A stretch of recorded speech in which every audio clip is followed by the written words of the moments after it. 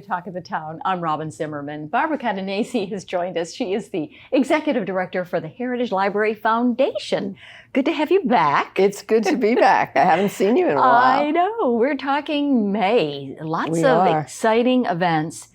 The first one, and I remember talking about this last year, the authors and afternoon tea, and there are two different dates, right. May the 12th and May the 17th. Yes. So kind of go through what we can expect. Sure. Authors and Afternoon Tea are a regular series that we do. And in May, we have two exciting authors coming up.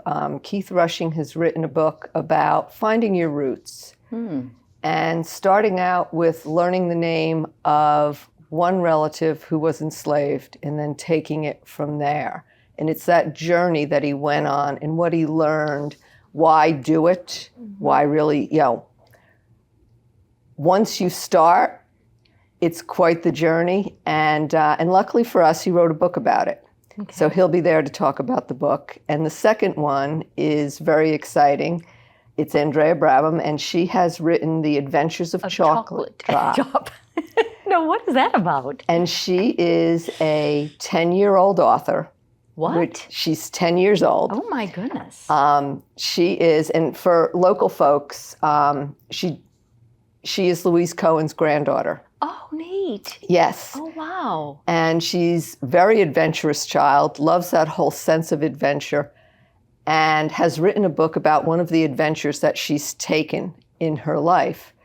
And part of the experience of writing the book, and she wrote it with her mom, is that she's also created Andrea's Book Club, which is obviously for children, but focuses on self-esteem, understanding that sense of adventure, wanting to take that sense of adventure, and really finding yourself in those adventures. Well, with Louise being her grandmother, I can see where that all comes from. I can't wait to meet her. Oh my gosh, she must be an amazing young girl. That sounds wonderful. So that's going to be on the 17th. Both events are from 2 to 4 at USCB. At USCB, and basically it's the author meeting with the audience, talking, having a discussion of the book, and then followed by afternoon tea service, which is a great way to just kind of, have fun. Round out your day. Absolutely. And then also in May, on May 21st and the 28th, this sounds really fascinating. It's about maps. Beneath Your Feet, Hilton Head's Forgotten History Through Historic Maps. And this gentleman, Joe Grondalski? That's it. Tell us about what he put together, this class. Joe volunteers with the library, and he worked with Richard Grant, who's a local artist. And they helped us pull together a map exhibit that was exhibited at the Island Rec Center. And we had a great response from folks who would call up after seeing it, ask us questions about the maps. So Joe said, well, can I do a class on this? And I said, you certainly can. Right. So we are doing a class on really taking a trip through Hilton Head's history from that colonial period all the way to modern time, and looking at how the map of Hilton Head changed, so that also kind of changed that world that we live in. And it's all just from the view of maps.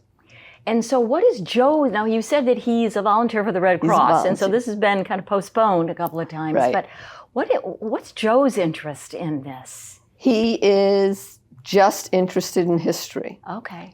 And he's just a really interesting guy. He's done a lot of things in his life, but he's always loved history. Okay. So this has been quite the adventure, and he's meticulous in his research, which is fun. And usually, I'm kind of all over the place. So for me, it was an interesting, interesting partnership working it out. But he does a great job, and he's done, he's participated in historic site tours in other areas and things like that.